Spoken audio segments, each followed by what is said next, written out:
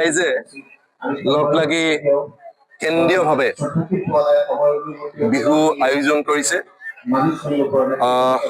এই সেউজী পথাৰ আশে পাশে থকা সমূহ ৰাইজক মই অভিবাদন জ্ঞাপন কৰিছো, শুভেচ্ছা জ্ঞাপন কৰিছো, আৰু আপোনালোকৰ জৰিয়তে মই অসমবাসী ৰাইজকো আজি বহাগৰ হাট বিহু, অৱশ্যে ঠায়ে ঠায়ে হাট বিহু যোৱাকালিও বহুত অঞ্চলত হৈ গৈছে। বিভিন্ন ঠাইত হাট বিহু বেলেগ বেলেগ ৰীতি নীতিয়ে বেলেগ বেলেগ সময়ত পাতে। আজিও বহুত ঠাইত হাট বিহু অনুষ্ঠিত কৰিছে।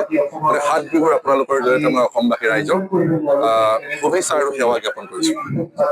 বিহু মানে এক কৃষিভিত্তিক উৎসৱ, গতিকে আমি গ্ৰাম্য অঞ্চলৰ মানুহক বা অসমৰ মানুহক বিহুৰ সম্পৰ্কে নতুনকৈ একো বুজাবলগীয়া কথা নাই। আমি সকলো মানুহে জানো যে গছ তলৰ বিহু, মুকলি আকাশৰ তলৰ বিহু কেনেধৰণে ৰজাৰ ৰাজ কাৰেঙেদি ডা ডাঙৰীয়াৰ চোতালৰ পৰা আমাৰ সাধাৰণ মানুহৰ চোতালৰ পৰা মঞ্চলৈকে আহিল। এই পৰিৱৰ্তনৰ যিবিলাক পৰিৱৰ্তিত সময় বা পৰিৱৰ্তিত ৰূপ আমি ভালকে বুজি পাওঁ, বা আমি গ্ৰাম্য অঞ্চলৰ মানুহে বা অসমৰ মানুহে আমি দেখিলো। মোৰ কথাটো হ'ল এতিয়া ক'ব লগা কথাটো যে বিহুৰ সময়তে আমি আটাইতকৈ বেছি আলোচনা কৰিবলগীয়া কথাটোৱে হ'ল যিহেতু বিহু কৃষিভিত্তিক উৎসৱ, কৃষকৰ যিবিলাক সমস্যা আছে সেই সমস্যাবিলাকে আটাইতকৈ বেছি আলোচনা কৰিব লাগে।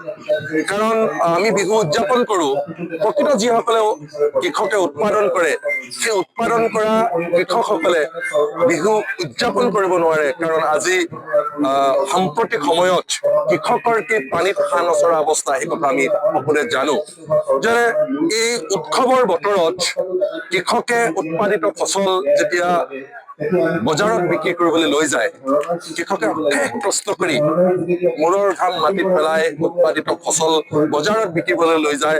বজাৰত বিক্ৰী নোহোৱা ফচল ৰাজপথত পেলাই দিবলগীয়া হয় বা পানীৰ নামত বিক্ৰী কৰিবলগীয়া হয়। তেতিয়া স্বাভাৱিকতে উৎসৱৰ যি আনন্দ সেই আনন্দ ম্লান হয়।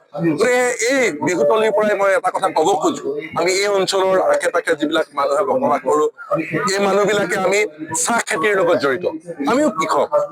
গতিকে চাহ খেতিৰ লগত জড়িত যিবিলাক কৃষক আছো, সেইকাৰণে মই বহু সময়ত ক'ব খোজো, বহু সময়ত কৈ আহিছো যে চাহ খেতিৰ এটা নিৰ্ধাৰিত ন্যূনতম মূল্য থাকিব লাগে। কেঁচা চাহপাতৰ কেৱল মাত্ৰ চাহপাতৰ নহয়, ধানৰ এটা ন্যূনতম মূল্য থাকিব লাগে, আন আন পাচলিবিলাকৰ এটা ন্যূনতম মূল্য থাকিব লাগে। তেতিয়া কৃষক স্বাভাৱিকতে লাভৱান্বিত হ'ব।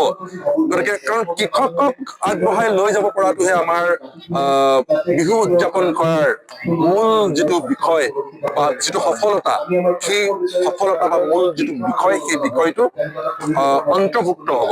গতিকে কৃষকক আগবঢ়াই লৈ যাবলৈ হ'লে কৃষকৰ যিবিলাক সমস্যা আছে, আমাৰ পাচলি খেতি কৰা যিবিলাক কৃষক, সেই কৃষক বিলাকে আমি যি সময়ত আমাৰ ইয়াতে বিলাহী কে আদি কৰি যিবিলাক অন্যান্য যিবিলাক পাচলি ওলায়, সেই পাচলিবিলাক একেবাৰে পানীৰ নামত বিক্ৰী কৰিবলগীয়া হয়। গতিকে সেই পাচলিবিলাক শীত তাপ নিয়ন্ত্ৰিত ভঁৰালত মজুত কৰি যেতিয়া দাম বাঢ়িব সেই সময়ত আমি কেনেকে উলিয়াই দিব পাৰো, সেই কথাটো চৰকাৰে এটা পৰিকল্পনা কৰিব লাগিব। মানে চৰকাৰে ধান কিনিছে, অলপ দাম দিছে, কিন্তু সেই ধান বিক্ৰী কৰিবলৈ যাওঁতে চৰকাৰৰ যিটো মেৰ পাক, ৰঙা ফিটাৰ পাক, সাধাৰণ মানুহে গৈ পেলাই তাৰ দাম বিকিবগে নোৱাৰে।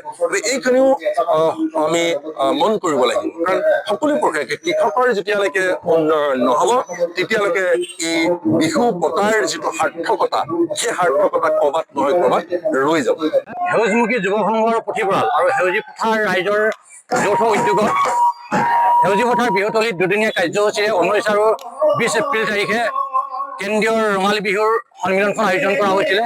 আজি দ্বিতীয় দিনা কাৰ্যসূচীত কেইবাটাও কাৰ্যসূচী হৈ গৈছে। জাতীয় সাজপাৰ পৰিধানৰ কাৰ্যসূচীৰ পৰা আৰম্ভ কৰি আমাৰ মুকলি সভা আজি অনুষ্ঠিত হৈছিলে। এই মুকলি সভাত অসমৰ